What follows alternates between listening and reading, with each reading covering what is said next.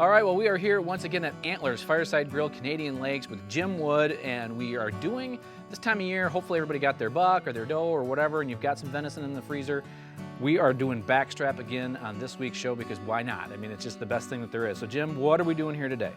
We're gonna do a seared venison loin, and we're gonna finish it in the oven, and we're gonna actually encrust it with pistachios. Ooh. And then we're gonna finish it with a blueberry and red wine sauce. Oh. Okay, so how do we start this whole process? First, we're gonna get our pan going here. Okay. Pretty high heat. Add some vegetable oil here.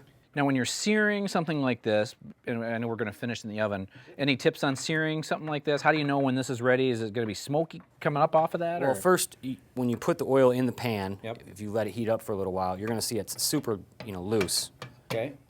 And then when you start to see smoke coming off the pan, It's ready to go. that's when it's ready to go. And when you're cooking, when you're searing at such high temperatures, salt is about the only thing you really want to put on it. Okay. Because, like I've said in the past, black pepper will burn. Pepper in general will burn because of the high oil content. Okay, that's a But good any of your tip. dried herbs, they're going to burn also, and they're going Okay. to give you a pretty unpleasant flavor. Now, afterwards, if you want to throw some fresh thyme or some black pepper on it, that's fine. Okay. So you've got the sear on the one side, sear on the other side. We're going to go ahead, turn the heat off. Now we're going to start to do our encrusting. Okay. So, got our venison here. Now this is Dijon Mustard. This is a great mustard to use with this. Dijon mustard is pretty spicy, but you've got the sweetness from the sauce. It's going to kind of balance everything out. Okay. All right, so you're going to take your mustard, and the whole point of the mustard, along with the spiciness, is to get the pistachios to stick to the meat. So you got venison, you've got the mustard, pistachio, and there's going to be blueberry on top of that. Blueberry sauce. Yep. Holy cow. That's a lot going on. There is. Next, take your pistachios and encrust the venison. Then finish it off in the oven. Another shake. Okay, Jim, we just got the venison out of the oven. We've got it finished here, and so how do we finish off with the sauce?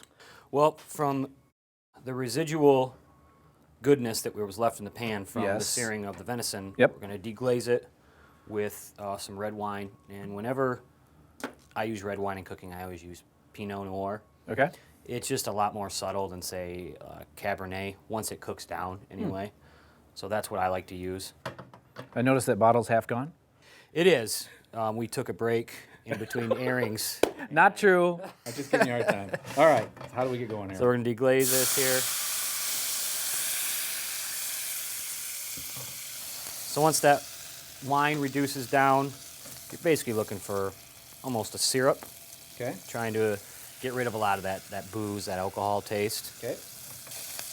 Once you get to that stage, Little of that.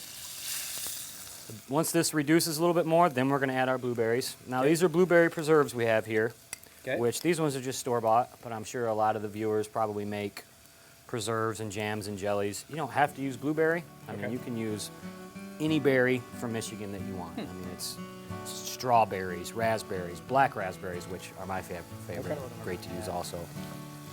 Add your blueberries, a little butter, and salt, and let the sauce reduce. Then it's ready to plate.